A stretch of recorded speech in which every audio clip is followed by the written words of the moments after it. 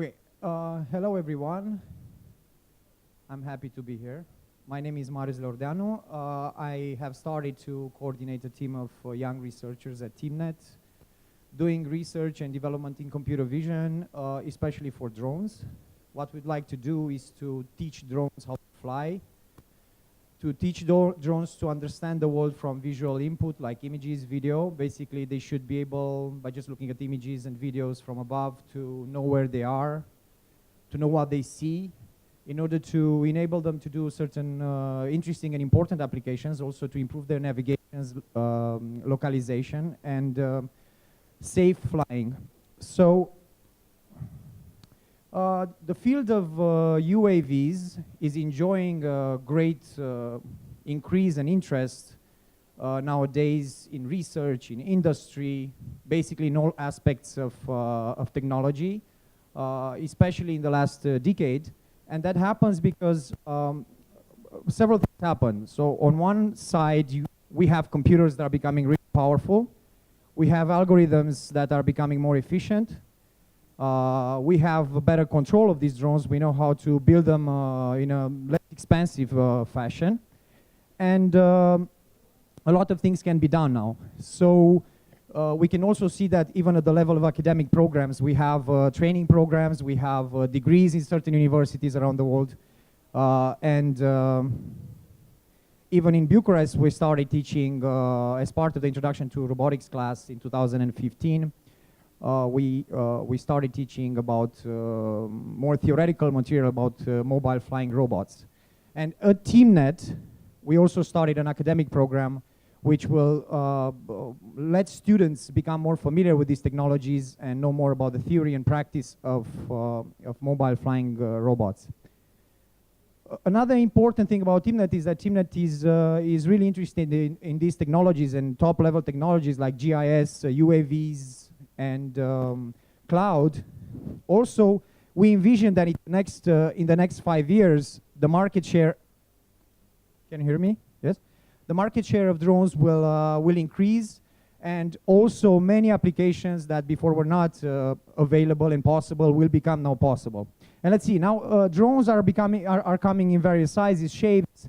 They can do different things. We have fixed-winged aircraft that can fly at higher altitudes. They can do different things. They can cover larger areas. You can have small quadrotors, which will very soon be more available on the private sector, in the market. People will play with them. They even start playing with them right now, so they will affect entertainment. But also more important applications such that monitoring the environment, in construction, real estate. Farmers will have drones that will be able to maybe monitor the animals, monitor their properties, see what is going on with their lands. Also, in cases of disaster, you would like drones to be able to see what's going on really fast so that we can act on time, like in cases of flood or fire. So, what can do smart vision for drones? First of all, if we could implement computer vision methods like object recognition, then we can do image-based control. So we could control these drones without knowing their location in space. So just by having information of their speed and knowing how to do feature matching and object recognition, we could be able to guide the drone. So even if it loses control with the GPS, even if it loses control with the ground, it could come back home safe, it could land safe, it could find a safe place to land, it could recognize, it could even build a map of the environment automatically. And that happens at the semantic level of interpretation. So at that level, we could automatically classify, let's say we have an image from a video frame or just an image with a camera. Then we can segment this image into different regions. Let's say we can find flood, we can find forest, we can find buildings, cars, streets. Basically see the whole environment as a full interconnected place of all these categories interacting with each other. Also, once we have object recognition and we can do 3D inference of the geometry, so right now there are algorithms that can just from a single image, for example, interpret geometrically the scene. It could say, okay, this is a horizontal surface, this is a vertical surface. I should probably vertical surface is probably at my height, so I should probably avoid it. Or this is one that's below me, so I can fly over it. You can do many, many things. Okay, let me just give you an example. This is an image seen from above, and here we can see regions of flood. We can see houses, streets, rivers, and what you want the drone to be able to see and monitor all these places. Say, okay, I see flood here, and the flood is approaching the residential area. I need to land because I don't have battery, so where can I land? I find a place to land. I want to see if that road is blocked or not. I want to see if there is any car in danger. I want to see if there is any house in danger. Another possible application is localization. Let's say I lost contact with the GPS. I don't know where I am. I should be here, according to my model, but I'm actually here because I lost track of my position. However, if I see this image and I interpret it automatically, I could estimate my transformation. I could find some features here like roads and buildings. I could match them to the roads from here. Basically, if we have two planes, if the world is planar, I can find the homography transformation. I can find the one-to-one mapping between points from here to points from here. And I can apply algorithms like Ransack, or there are many methods for matching. And then, hello? Yes. Okay, so I could align this to this image. Then I could use algorithms of image-based control to drive my robot such that this image starts looking like that one, even though I don't know exactly where I am in space. And that's important because I could even land without knowing where I am. And we do that every day. I walk around the streets. I don't need GPS to know exactly where I am. I recognize places. I recognize where I am. I align myself with respect to a door. Hello? Okay. No? Hi? Wow. Okay. So I align myself. I'm back. We don't need exact, precise 3D geometry and localization in order to travel. And in fact, if I know how to fly in space, could be even easier because I don't need to be really, really careful with respect to localization. Now, let me show you a few things we have managed to do in the last half a year with my young colleagues and students. We addressed the first problem. One of the first problems was to detect efficiently roads and buildings from images automatically. So what we want to apply do a machine learning approach. We want to have a classifier that learns from images to detect buildings and roads, and then given new images, it should be able to recognize this roads and buildings automatically. So it's a machine learning approach because we give it images for training. It learns the model automatically, so we don't do it by hand. And then once it sees a new image, it applies that model to detect new buildings in new image, buildings that that weren't seen before. So we trained a state-of-the-art neural net. Deep neural networks are now in fashion because they are becoming very efficient. It's very efficient to train them, especially on the GPU. There are many methods now that are being developed for efficient training. And they have many layers, and each layer is learning a new representation, a different level of abstraction. So they are able to match, in some cases, even human performance. And the bad part is that you need a lot of training data. You need people to give label data, like this is a building, this is a road, this is not a building, not a road. And it needs millions of cases in order to learn efficiently. The good part is that once it learns that, it could automatically detect new cases at very high speeds, especially on the GPU. It's able to detect the buildings at 5 seconds per square kilometer, which is pretty good. So we are getting towards real time. Now, what we did is we aligned automatically images from the air to models from the OpenStreetMap. After alignment, we selected ground truth. We had about 1.5 million image patches that were labeled. And then we trained these over several days, about 1 or 2 days actually. And I'll just give you first a quantitative evaluation. So this is the F measure. What is the F measure?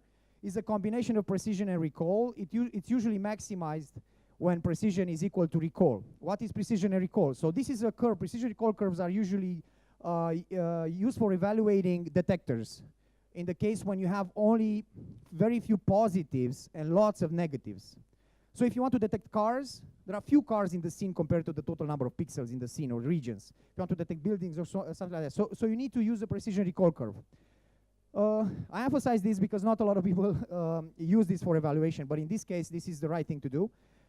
So precision would be number of correct positives over the positive returned, and recall is number of positives over the total of number of positive possible. So recall tells you how many you missed, 1 minus recall tells you how many you missed, and precision tells you how many you got right from the ones you think you got right. And this is close to human performance. What I mean by that?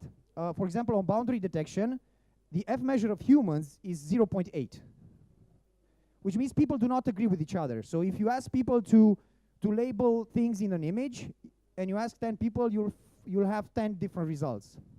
Well, you'll have similarities between them, but you'll also have a lot of disagreements. People see the world differently, even at the level of images, not just at a higher level of concepts and ideas and values. So let me show you some qualitative results now. On the left, I have a novel image the computer did not see before. In the middle, I have the automatic result. And on the right, I have the ground truth labeling. And as you can see, I don't know if you can see from there, but actually they look almost identical. And this is good because in some sense the computer, hello? Yeah, okay. In some sense, the computer in this case outperformed the human because this looks almost identical to this, but it's achieved in a few seconds. And I don't see a human labeling this in a few seconds. And this is also important because if I can detect buildings with this accuracy, I can find fingerprints, patterns, so I can recognize this building when I see it again, even though I'm not from the same viewpoint.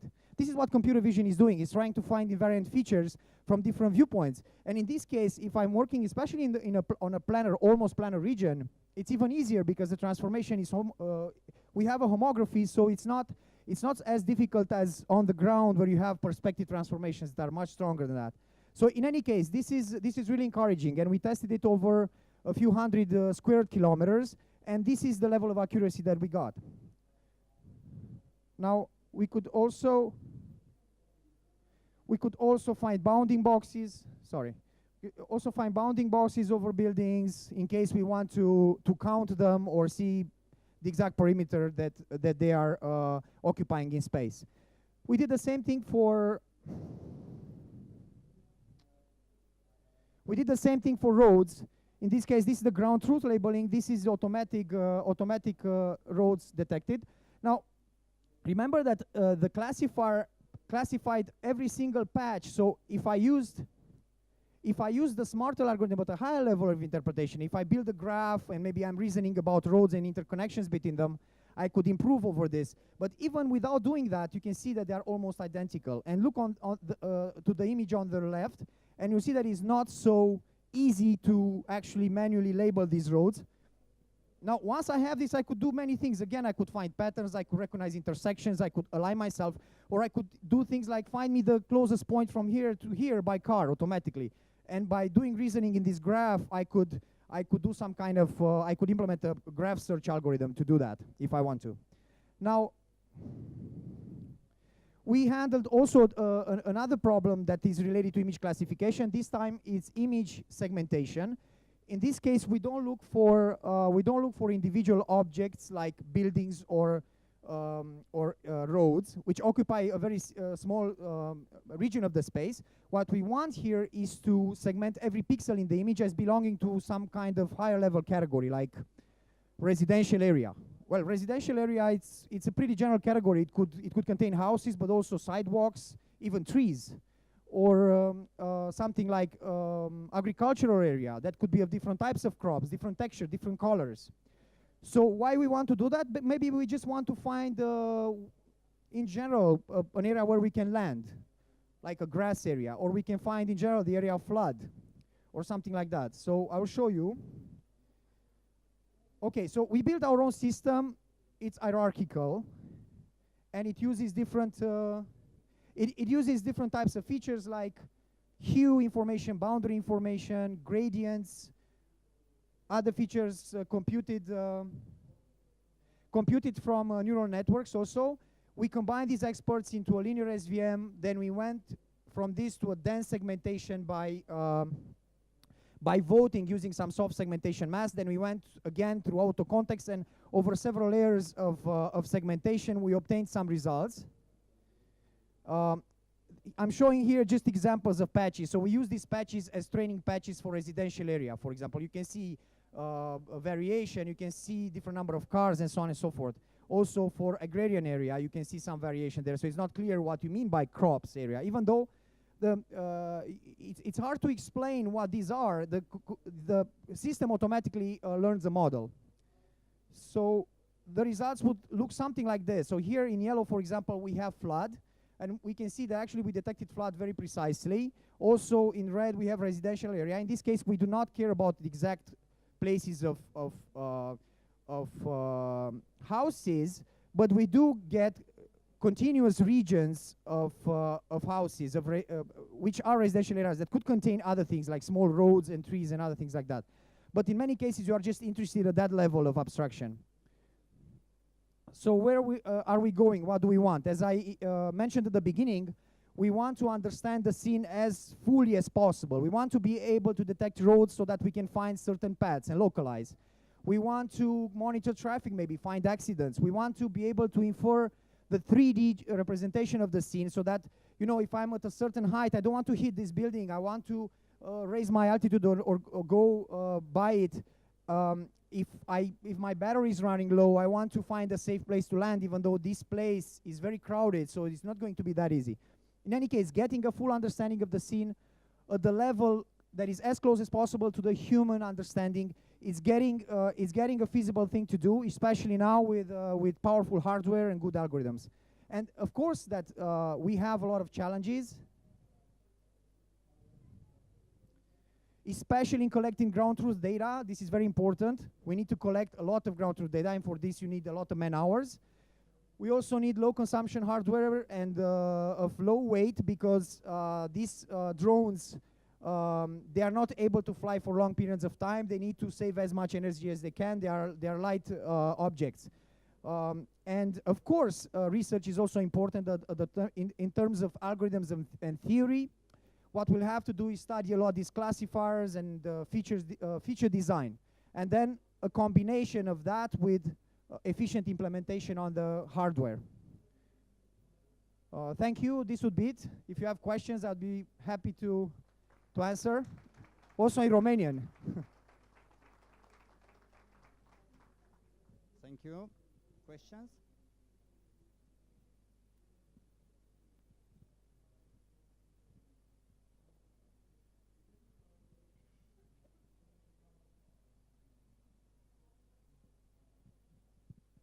Alo? Da. În română sau engleză? Nu știu. Da. Ai menționat despre rule engines. Mă auziți? Da? Ok. It's about rule engines. You mentioned about inferring facts based on knowledge models. So I was just wondering if you are using your own knowledge model, so you are building your own knowledge model, and you are using your own rule engine, or you are using solutions? Yes. Or reasoner, I'm sorry, reasoner. Okay. No, reasoners. Okay, I said rule engines, but I was meaning to say reasoners.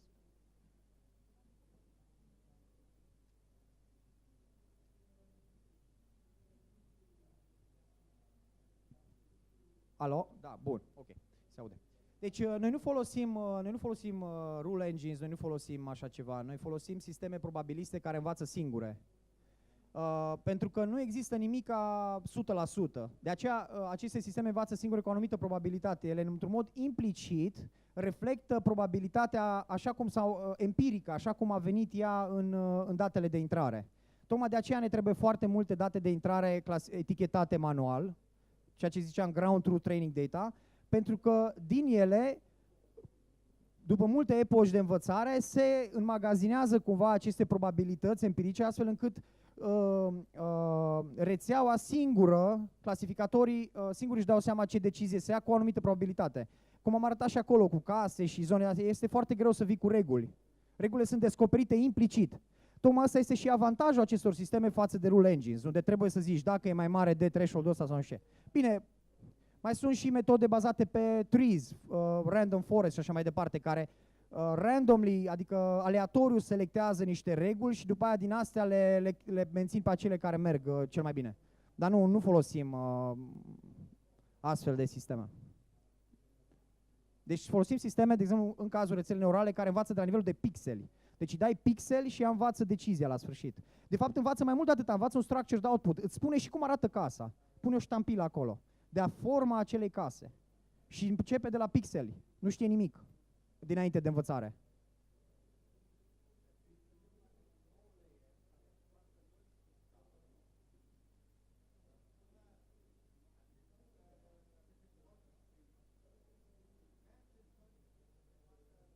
Deci, la început, de exemplu, când s-a început cu aceste rețele, prima rețea, să zicem, care a fost vreodată făcută practic, a fost perceptronul. Nu știu dacă știți despre ea. Perceptronul, ce a făcut? Au venit cu niște feature-uri pe care le-au construit manual, pe care după aia au învățat cum să le combine într-un mod liniar, automat. Ce fac aceste rețele peste perceptron e că, de fapt, învață automat feature-urile de dedesubt. Deci, în loc să vină un inginer și să-ți construiască feature-urile, cum le numim în română? Caracteristici vizuale, sau cum le zice. Și în loc să le faci de mână, lași rețeaua singură. Deci, aș învață de la pixel atât reprezentarea, feature-ul ar fi un nivel de reprezentare la diverse nivele de abstracție, prin asta înțeleg. Pixel, cornere, edge-uri, după aia părți de obiecte, după aia tipuri de obiecte, după aia viewpoints și la mai multe layere ea învață implicit. Nu e clar tot timpul ce învață la nivelele astea. De exemplu, această rețea are 40 de layere. E foarte greu să-ți dai seama intuitiv exact ce înseamnă. Dar există și moduri de a le vizualiza, să vezi exact ce ar putea să reprezinte. Ei bine, și astea învață automat și la sfârșit se leagă tot așa într-un mod liniar. Bine, deci perceptronul într-un anumit sens a fost... ai putea spune că la nivel de desubt poți să ne locuiești cu o rețea de genul ăsta și e mult mai eficientă, pentru că învață singură. Dar, încă o dată, sunt multe feluri de clasificatoare, inclusiv acești arbori de decizie. Și ce merge în legătură cu arborii de decizie, ce merge foarte bine sunt random forest. Când ai mai multe și faci averaging peste ele, faci o mediere. Asta le face robuste. Asta e încă o problemă, overfitting-ul. Mă rog, sunt multe de vorbit. Putem să vorbim după prezentare.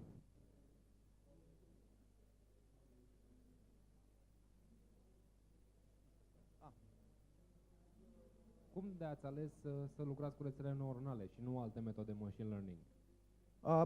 Rețele neurale, eu am lucrat cu foarte multe, nu numai cu astea. Deci trebuie să lucrezi cu ce merge, trebuie să te adaptezi la orice, nu trebuie să crezi cu fanatism într-o metodă sau alta. Rețele neurale sunt unele dintre cele mai vechi și culmea că au venit cumva să se răzbune pe celelalte acum, după mai mult timp. Așa se întâmplă cu ideile bune, le rămân în timp și până la urmă se demonstrează timpul de valoare. Deci rețele neurale acum merg foarte bine pentru că sunt metodele astea de învățare eficientă, folosind backtracking cu alte combinații și cu hardware specializat, astfel încât se pot antrena foarte bine. Dar noi nu lucrăm numai cu rețele neurale, lucrăm și cu support vector machines, lucrăm și cu arbori de decizie, lucrăm cu orice este potrivit. Rețele neurale sunt potrivite dacă nu știi feature-urile și dacă ai foarte multe date de antrenare, dar dacă nu ai date de antrenare, poți să folosești altceva. De exemplu, poți să folosești o combinație de support vector machines, SVM, cum le zice, cu, știu eu, histogram of gradients, care se folosea la început pentru detecție de persoane. Deci sunt și feature-uri multe pe care le poți antrena mai ușor, nu ajung la nivelul, să zic, rețelelor neurale. Acum, avantajul mare cu ele e că au ajuns, asta a fost marele breakthrough, să zic așa, că au ajuns să atingă nivel de state of the art pe diverse probleme care înainte aveau feature-uri și metode specializate. Și acestea doar cu mici diferențe. Bine, deci poți ca să le schimbi structura, dar în principiu ele sunt cam au același algoritm de învățare. Și lasă să învețe pe diverse probleme și vezi că ți ating nivel state of the art și atunci zici, ok, de ce să nu folosesc soluția asta care merge, nu mai trebuie să stau să-mi pierd vremea construind feature-uri. Pe de altă parte, ați văzut și sistemul nostru, că avem folosite și de astea și feature-uri specializate care ajută. Deci și rețeaua neurală, dacă îi dau numai pixel și, de exemplu, nu-i dau, de multe ori, dacă pot să-i dau informații despre culoare, sau dacă pot să dau informații despre muchii, sau din infrared, sau ea n-are de unde să inventeze informații pe care nu i-o dau. Și nici nu poate să înceapă să inventeze formule matematice. Dacă eu știu o relație interesantă matematică, de ce să nu o implementez de mână? De ce să o reînvăț de la început? Deci, povestea e într-adevăr interesantă. Dacă știi ceva, folosește. Dacă nu știi, lasă-le să învețe ele, că dacă nu ai altceva mai bun. Deci, e o combinație. Software. În cazul ăsta există open source software care poate fi folosit în cafe. În cafe poți să implementezi. Ați folosit și alte Ați folosit și alte tipuri de imagini, de exemplu, cum ar fi imagini multispectrale sau hiperspectrale? Deocamdată nu. Dar rămâne de folosit și așa ceva. Deocamdată ce am făcut până acum n-am folosit. Doar imagini obișnuite.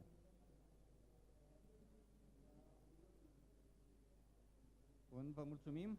Vă mulțumesc tare mult. Mulțumesc și eu. Cred că mi-au